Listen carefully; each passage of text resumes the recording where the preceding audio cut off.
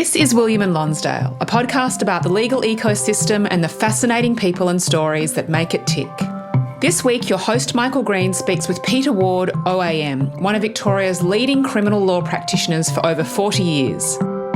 Peter has spent his entire career at the firm of Galbally O'Bryan and worked on some of the most high-profile cases in Victorian history, including the Walsh Street police killings in 1988. Like most practitioners, Peter had to work incredibly hard to prove himself at the start of his career. No one he knew had worked in the law and he had no real connections. But Peter also had the additional challenge of being born with only 10% vision. Do you think that you had to work harder than other people because of the vision impairment? I think initially I did. I was, in my early days in particular, I was known for my enthusiasm and willingness to go out at night and advise clients at police stations. But I think I had to try harder. Just because you have a vision impairment, it doesn't affect your speech or your ability to communicate. But people may be, kind and gracious towards you, but some people think, he can't see too well, therefore he wouldn't be an effective advocate. So I think I probably spent my life trying harder to compensate and make up for it.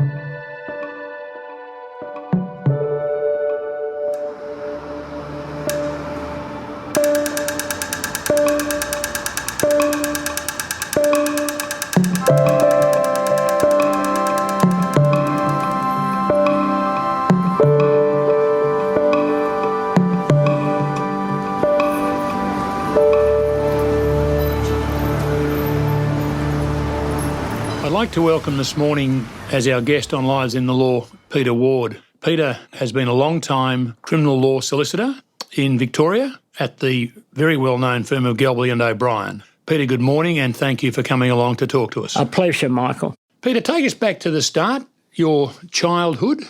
Yes. Your mum and dad and your brother. What sort of a family were you in? Well, I came from a working-class family.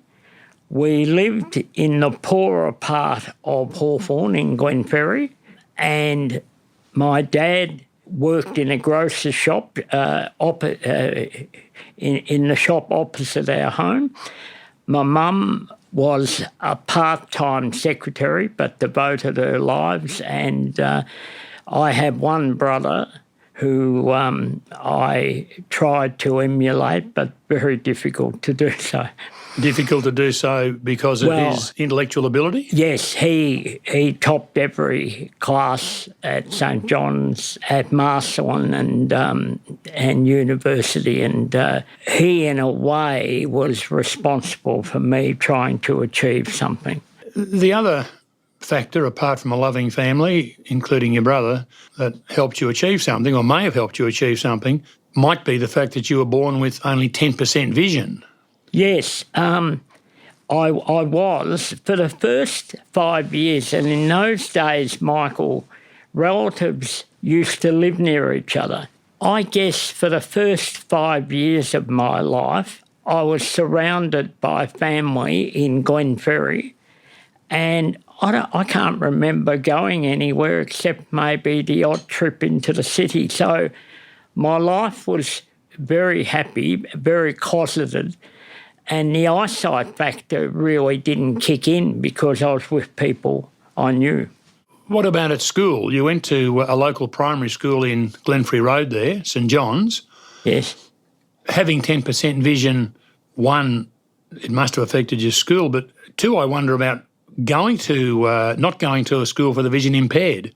Yes. Well, coming to the second point first, my mother was quite upset about my condition when I was a child, so I'm told, and she took me to an ophthalmologist, a very renowned ophthalmologist, and apart from attempting to diagnose what was wrong, she asked him about school. Should I send him to a vision-impaired school or whatever?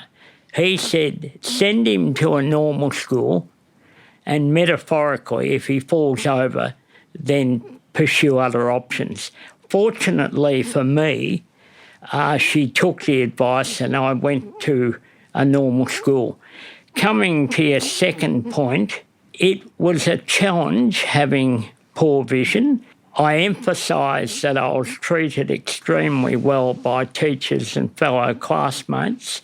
Once I got used to or familiar with the environment, as I went on, I developed strategies to cope. By the time I got to year 10, because that's where the school ended, I was part of the furniture. No one looked twice at me anymore. And did you actually stand up from your seat in the class, walk up the front to the blackboard and stand in front of the blackboard so that you could read it? Correct. Yeah, correct. Some teachers used to say, I'll get a bit of help with the boy next to you. But no, that's what I did. And admittedly, perhaps I was embarrassed initially doing that, but having spent 11 years at the school, the kids got used to it and they called me Wardy and they'd say, get out the way. And it was just a normal part of schooling. From that day until this, you've been a great football fan. Yes. You even played football at that school, St John's, you went to year 10. Yes. Tell me about you playing football with 10% vision. That sounds scary to me, Peter. Well, naturally, I was with the no-hopers and I was on sports day. We were segregated into different teams. On sports day, I would be playing with the kids, that didn't really want to be there, and I just battled along. But the conclusion was I was hopeless. You may have been a great football talent, but held back by lack of vision. We'll never know, Peter. That's right. It's funny when you're a kid. When I was 4 or 5, I was absolutely convinced I'd be playing for Hawthorn. Well, that's and in fact, I guess all kids are 4 or 5 are convinced they're going to play for the team that they barrack for. That's right, Michael. In those days, of course, there were quite a sprinkling of at least Catholic schools around Melbourne that went to year 10, and then after year 10 you moved on to another school. Yes. And you did that. I went to Marcelin to do year 11 and 12.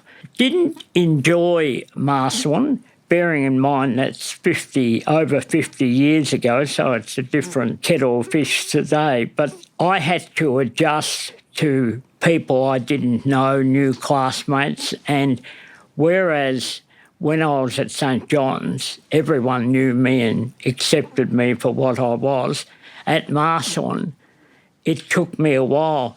I started to adjust in about September or October in my second year then, when I was then doing matriculation. But I think part of the reason, to be truthful, that I didn't enjoy Marcelin was that I had to adjust again.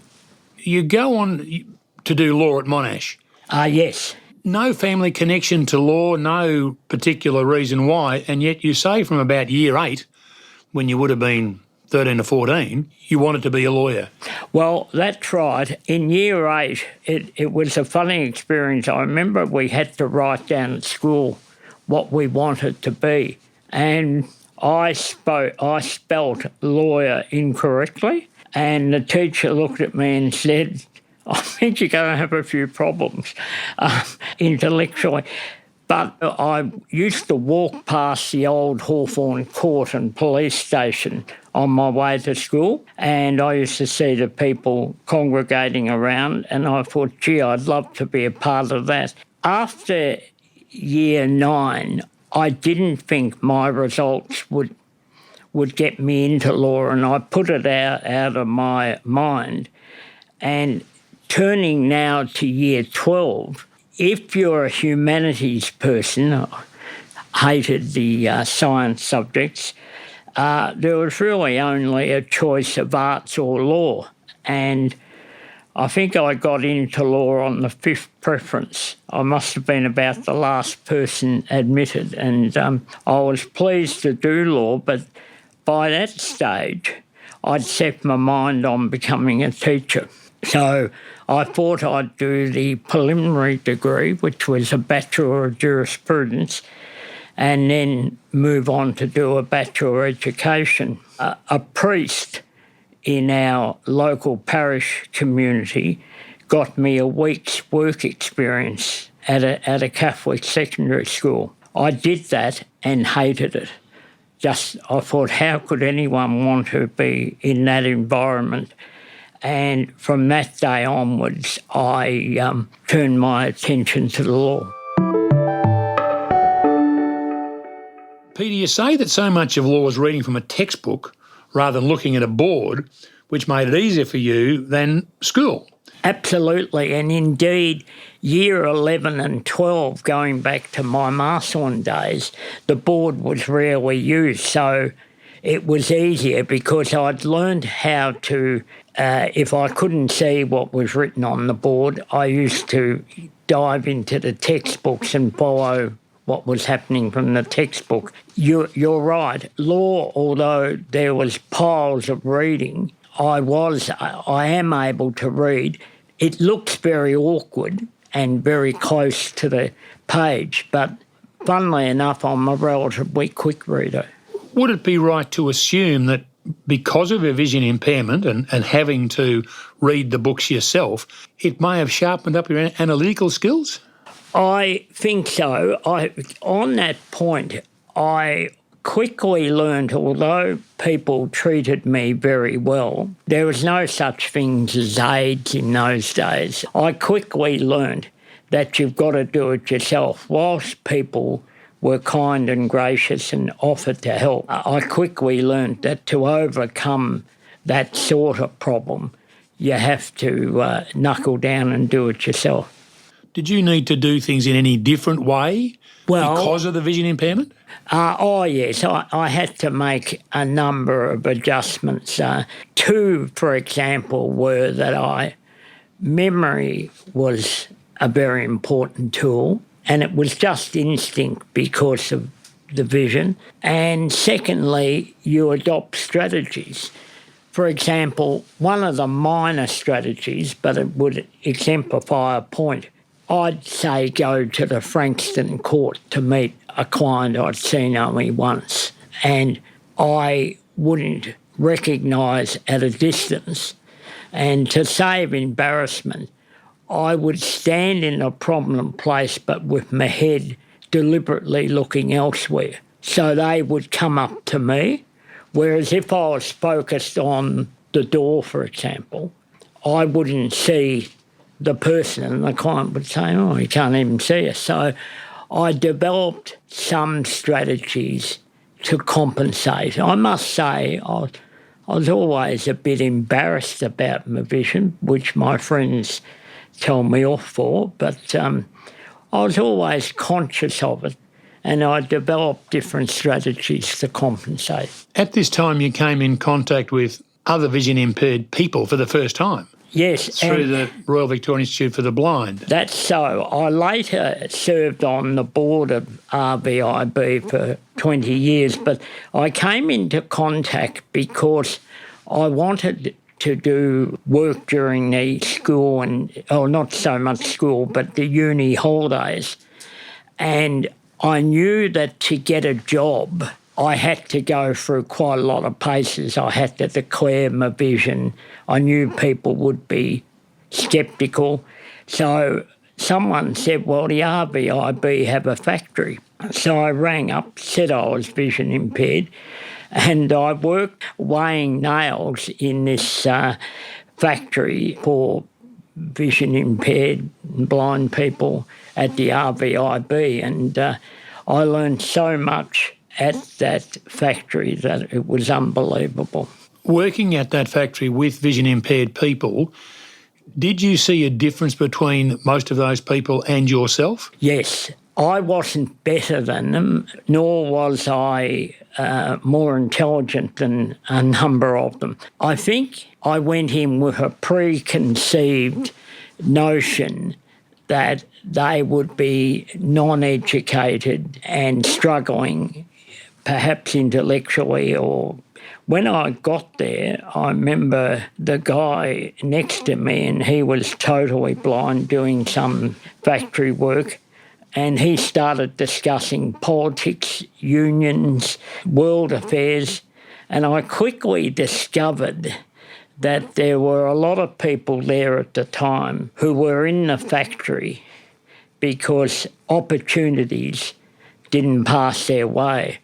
And I thought how sad it was, and I'm not demeaning these good people, that people with such astute minds were destined to work on an assembly line. And the other thing I learned is that regardless of any handicap that we have, you have to live in a society where the norm is not you in one particular way. And I learned that it's far better to try and be part of society rather than being segregated and separated into a group. And that takes you back to your mum and the ophthalmologist and what a good decision was made then. I keep thanking my mother and the ophthalmologist for giving that advice. You finish your law degree, and it's the days, of course, of articles. You have to get articles to get admitted. Was it easy for you to get articles? No, although in the end, maybe I think I've been extremely lucky. I applied for over 40 firms and declared my vision issue, and I got 40 knockbacks, so I thought this is going to be interesting. David Galbally, an eminent QC and son of the legendary Frank Galbally, was in my year at uni and heard that I was having difficulty getting a positive response and said, look, Frank might be able to help you. And I gained an interview. In a way, you could say that the vision impairment got me to meet Frank, because I had no aspirations necessarily to do criminal law. I just wanted a job. I was newly married and thought I should support the family that would come along. So David arranged an appointment. Initially, Frank said he knew people at the public solicitor's office and legal aid, and he'd try and get me a job. And for some reason, although we were diversely different people, we clicked somehow, and in the end he said, oh, look, it's only articles, it's only 12 months, come in here and do your articles, and that's how I got articles. And what was your experience of articles? Oh, it was magnificent. They were really good articles because I attached myself to Frank and went to court with him. Although he taught me a lot, some of the things he did no one else could do. So you couldn't emulate him. I couldn't emulate his voice, his manner. There are things that I couldn't copy, but he was very generous to me and we developed a very close relationship. So, Peter, despite Frank Galbally telling you they would give you articles for 12 months and help you find a job somewhere else after articles, here it is 48 years later and you are still at Galbally and O'Bryan. What happened? Well, I accompanied Frank to the Oakley Magistrates Court on the 4th of November 1974, and in the car going back to the office, Frank said to me, would you like to stay on and work as a solicitor? Well, I was very emotional. I hope you didn't see a tear, but I was very emotional, very grateful. I'd newly been married the previous December, and obviously I was thinking about what work I would do, and for Frank Galbally to personally ask me to stay on was a momentous moment. Hence, I remember the time that he asked me and I remembered where I was. In being articled to Frank Galbally and working with Frank Galbally, you worked with literally one of the giants of the legal profession in Victoria. Certainly when you and I were young lawyers, Peter, he was the highest profile lawyer certainly in the state of Victoria. Yep. What did you learn from him? I learned I was fascinated with his ability to relate to people. He was equally at home with the Prime Minister. He had a relationship with Malcolm Fraser and a person down and out and effectively very underprivileged. So he related, and hence this was demonstrated in his jury appeal when he was addressing juries. He had the capacity to read people, understand people and relate to them. Peter, I wonder, with working with Frank Galbally, did you learn things about the tactics of running matters, strategies for trials and cases, how you deal with the prosecution, the police, the bench, etc.? Were those things you learned from him? Yes, I learned many things from him. Number one was he read the bench, and I'm still staggered today how many young people don't put any emphasis on reading the bench. When Frank drove me to courts when he was appearing, he would always say, Jack X is sitting, you know, he's a wonderful man, he likes so-and-so. He knew the bench impeccably. He also used to put a lot of work into tactics. What he did, which I thought was very humorous, he'd be cross-examining a policeman, and as you know, Michael, the stripes can detect what rank they are, whether they're a connie or a senior connie or a sergeant, and he deliberately would call a sergeant inspector when he was cross-examining, because he just wanted to get them on side, and that was one of his strategies. But he was for tactics and strategies, and I learned a lot from that.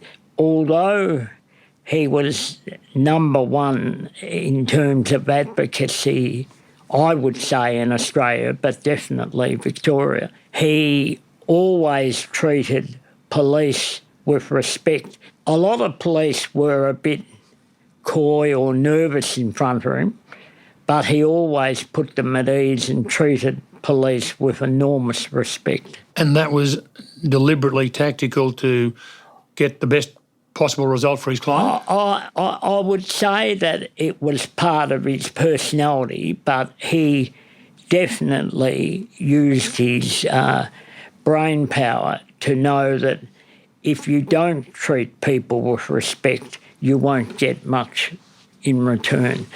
You were also mentored in your articles year by Tony Howard, yes, who was later a county court judge.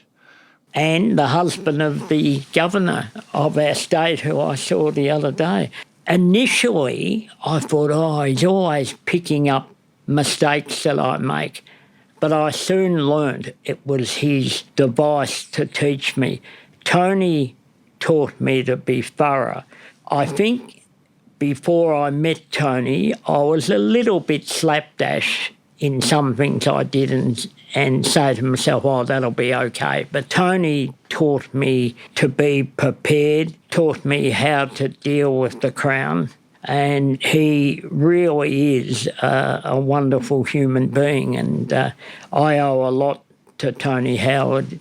Over the next 20 years, you go from being article clerk to employee solicitor to associate, salaried partner, equity partner, so you become one of the owners, I guess, of Galbally O'Bryan. That's right, and that was probably one of the most moving experiences when I was asked by Peter O'Brien, the partner who managed the office, to become a partner. I was very emotional, very grateful, and very privileged and proud to be part of what I think is a great firm.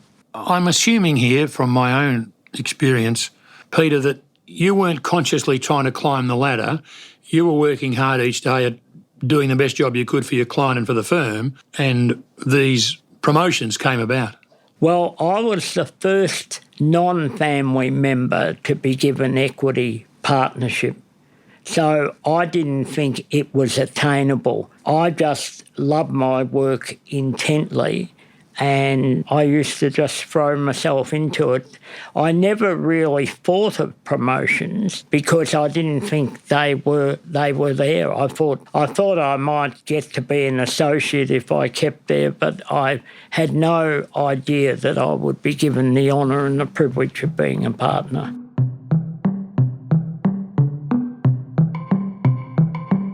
William and Lonsdale is brought to you by Green's List, one of the leading multidisciplinary barristers lists in Australia. Green's List believe in promoting conversation around the ideas and issues that shape not only our legal system but our wider community. Moving on to your work, historically the profession in Victoria has been divided between solicitors who don't do appearances and barristers who do appearances, and the one notable exception in my early time in the law was obviously Frank Galbally.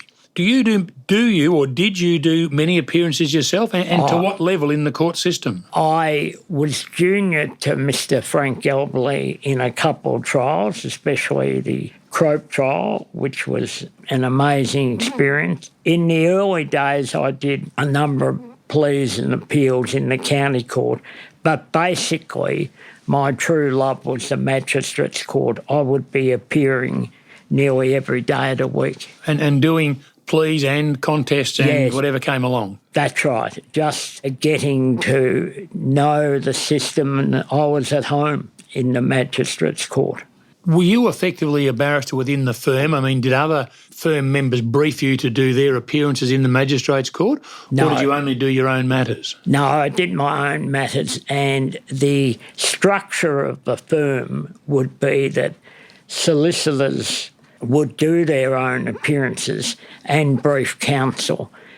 A change came about in recent years when matters became far more complex and the role of a solicitor intensified. For example, in the early days, you would brief counsel, and apart from doing the basic necessary work, you would go off and do your own appearances.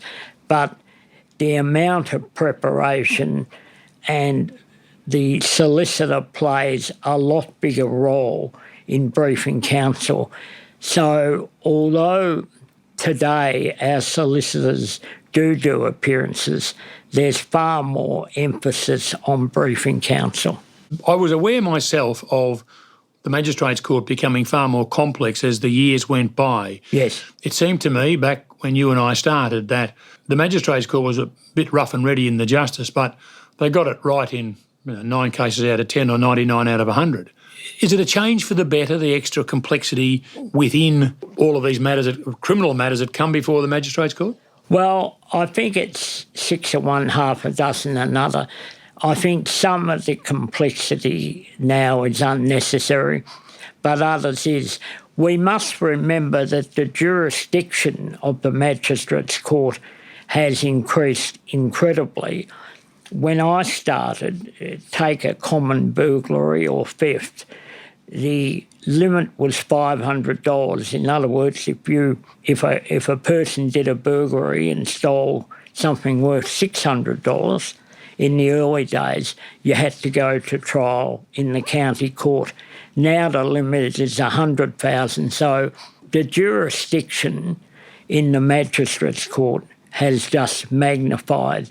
And I admire our magistrates because they do so many cases, having to make quick decisions. They're working under enormous pressure and they do a great job. As a solicitor in criminal law, you are a hub, so to speak, where you've got relationships with client, the police, counsel, the bench.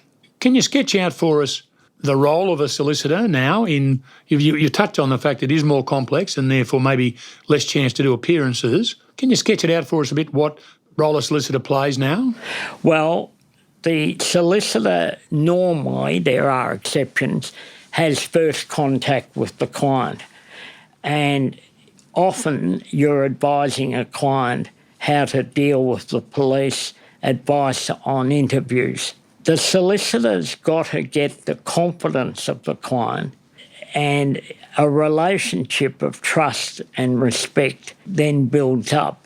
you have to be quite invasive as solicitor. You're going into their background, their drug or alcohol issues, family violence. There's so many factors that lead to the commission of criminal offences that you need to be on top of that before you can think about going to court. The solicitor who does their appearances virtually has the relationship with the client from beginning to end. So the solicitor, although perhaps doing less appearances today, has a very important role. Peter, I just want to go back to one thing you mentioned, which is it maybe starts with giving advice on interviews with the police.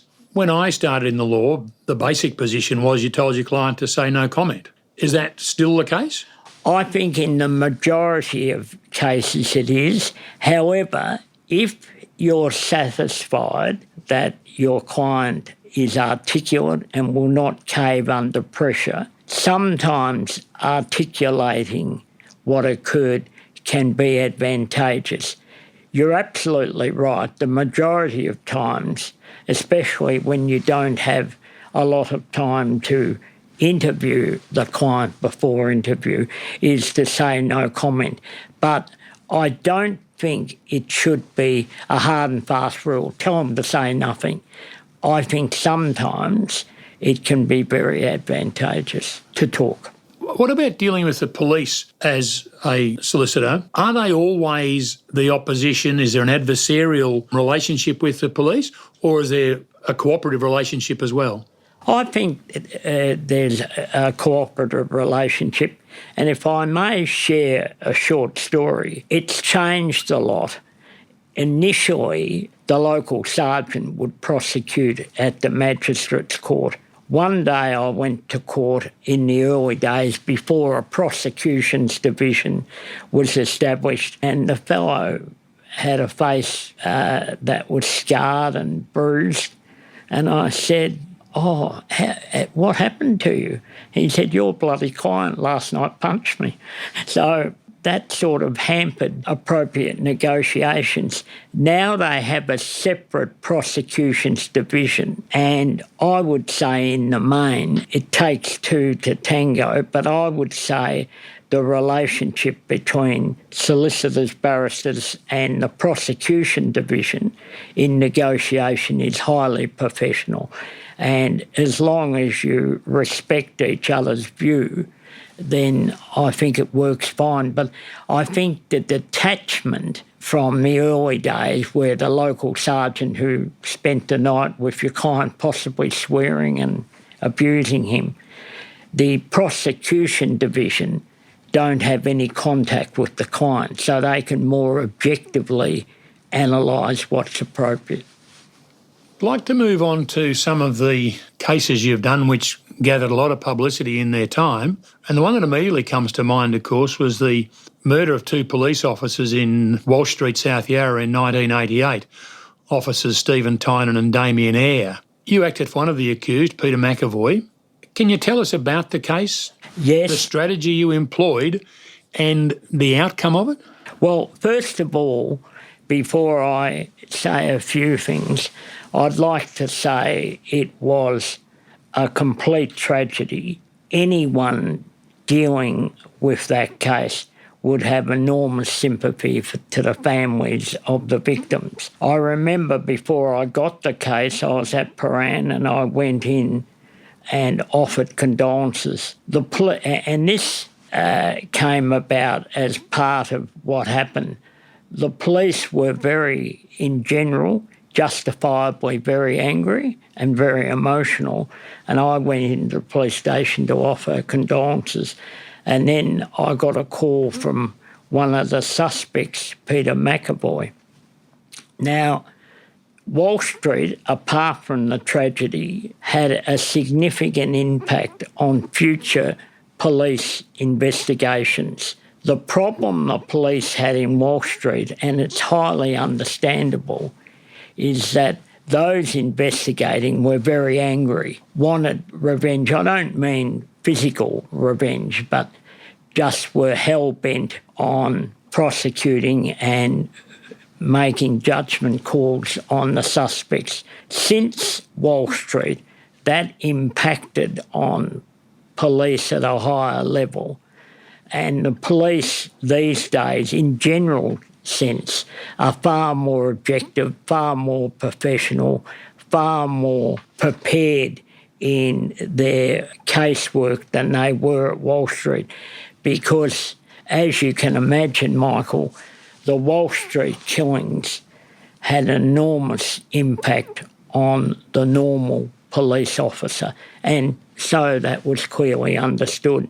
It was leaked to the media that Peter McAvoy and others were suspects in the killing, and there was a lot of adverse publicity.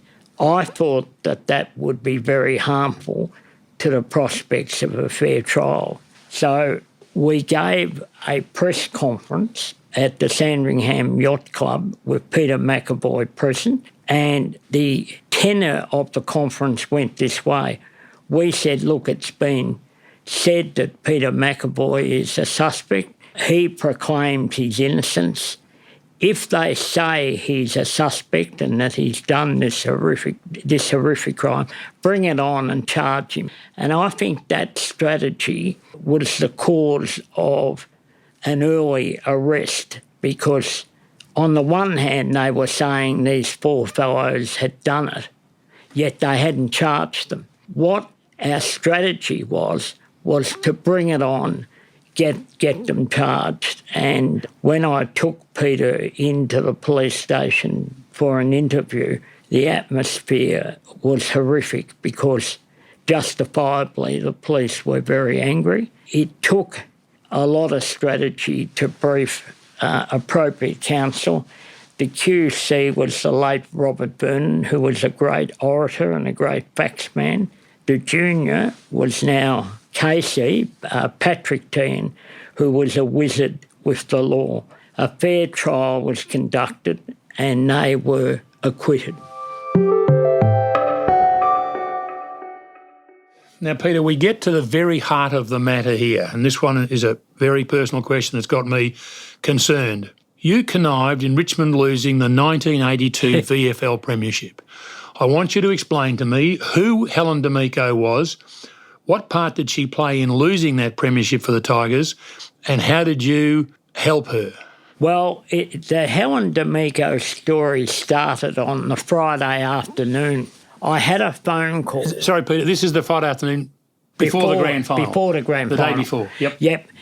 Just got a phone call. A chap rang and said, do you guys have an after-hours service? In other words, if we get arrested, can we get help? And I said, of course we have an after-hours service. We would help at any time. Stupidly, and I regret it, I said, well, I hope you're not going to commit a crime or do anything stupid. We do have an after-hours service, but just be very careful. And I said, why are you asking the question? And he said, well, there's going to be a streaker at the grand final in the second quarter. I didn't pay much attention to it. All I said to the gentleman was, we have an after-hours service. I'm watching the grand final with some mates, and I said to my mates, I'm told there's going to be a streaker, but it's probably rubbish. Sure enough, nothing happened. And my mates at half-time said, oh, you're full of it. What are you on about? And it happened in the third quarter when this woman ran onto the ground and wrapped a scarf around Bruce Dool. I don't think it had any effect on the Richmond players. That's because you don't brag for Richmond, Peter. That's true. But Dooley, it either inspired him or rattled him, but the Blues went on and won. But it was an amazing situation. I got the phone call, as indicated by the Friday afternoon, and she was scheduled to appear at the Melbourne Magistrates Court on the Monday. She attracted the biggest media contingent that I've ever seen, and that included all the murders that we were involved in, high-profile cases, and the media throng was just unbelievable. Indeed, I had to protect her from being trampled, and Frank was upset because he was some distance away and couldn't get to us. She received a $1,000 fine. Apparently she wanted a mud wrestling contract, and the phone calls that afternoon, factory workers, the community thought this poor girl won't have the money. It was like taking calls for a telephone. If we had accepted the money, I think I could have raised $30,000 or $40,000. But naturally, we didn't take any money, and she got offered $500 to appear on the Don Lane show. If it was her intention to attract publicity, and I don't know whether it was, she did a damn good job. And the late Brian Clovier, the magistrate, had to impose a heavy fine, which it was in those days, to dissuade other people from doing the same thing. Lives in the Law is proudly sponsored by City Maps Illustrated. Their recent publication, The Melbourne Map, is a celebration of our wonderful city. This stunning, hand-drawn illustration, which took more than 3 years to create, is available as an art print, jigsaw puzzle and calendar. The perfect acquisition for your home, office or corporate gifting. Peter, you were fortunate to have two outstanding mentors in Frank Galbally and Tony Howard. I was. And you found being a mentor a highly rewarding part of your own career. Can I ask you, what do you think makes a good mentor, and is there any particular advice you'd give to mentors? Yes, I think when one watches a court hearing, and I'll come to the point, people think, especially in the magistrates' court, lawyers just give a bit of background and hope for the best. The advice I'd give to mentors is, one, get the young person to watch and learn. I know, hearkening back to myself, I learned a lot by attending court, waiting to get on and just watching and learning.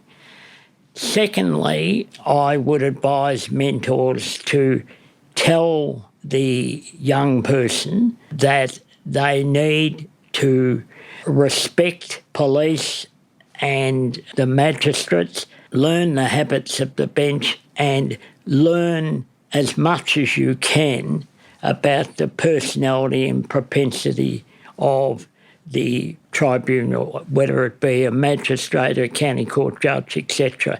The big lesson, however, is preparation. It really annoys me when I hear some young solicitors say, it was just a .05 plea, pretty easy.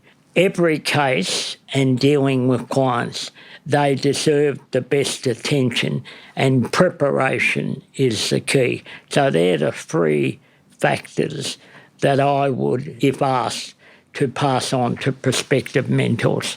In hearing what you said then, and in hearing what you said about Frank Galbally, would it be right to say the overarching theme in all of your dealings as a lawyer with everyone you come in contact with is respect? Yes, I think that's incredible. In particular, I talk about clients. The worst thing you can do as a lawyer is be judgmental. Someone comes in and they've assaulted someone, they're using drugs and commit crimes. We don't, until we find out, we don't initially know their backgrounds. And who knows, we could have been in the same position if we didn't have wonderful, caring background, good examples, and perhaps in my case, the Mara's brothers keeping us under control. Judgmental people don't have a place in the practice of criminal law.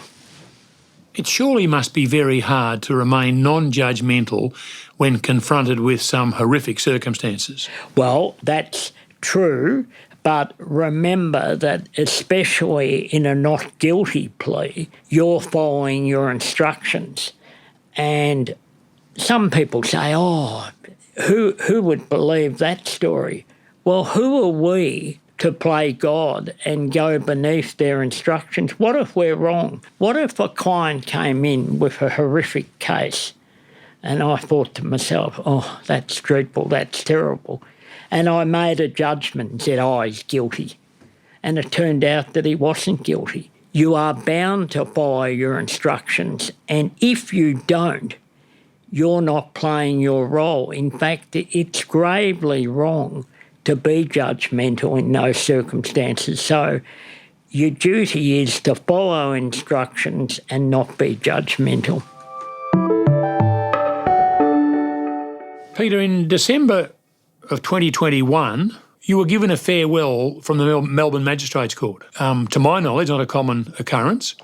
How did that come about and what did it entail? I think it came about because I had the privilege of mentoring a lot of people who ended up taking judicial appointments. And I think it would have been initiated by some of those people who, for some reason, thought I may have assisted them. And I think because of my long association with the court and the mentoring of so many people who attained judicial offices facilitated that farewell. I must say I was very overwhelmed by that. Oh, it's a wonderful tribute. I mean, normally the sort of thing we only expect of a retiring magistrate or judge, but to do it for a member of the profession, a practising member of the profession, says volumes of the respect in which you are held by the bench in general. Well, I think I was very fortunate. Then you were awarded an OAM, I think earlier this year. Well, it's interesting with the OAM. I learnt this subsequently. A person who nominates someone has to do a lot of work by way of submission and contacting people that you work with. And I owe the OAM largely to my wife and brother who did the groundwork. Going to Government House was a real experience, and I reunited in a sense with Tony Howard, who I hadn't seen for a number of years. So it was a very humbling experience, but I do say that I know of people who would deserve that award far greater than me. Peter, it's been fascinating today to sit here and talk to you about your career in the law, your journey starting from St John's in Glenfrey Road, Hawthorn, all those years ago, through to today when you're still a practising member of the firm of Galbally O'Bryan, in a limited sense. To hear your story, it's got a degree of inspiration in it. Peter, I know you mightn't like the word, but it has got a degree of inspiration for all of us, and I'm sure to the people who listen. So thank you very much for coming in today. It's been a great pleasure, Michael, and thank you.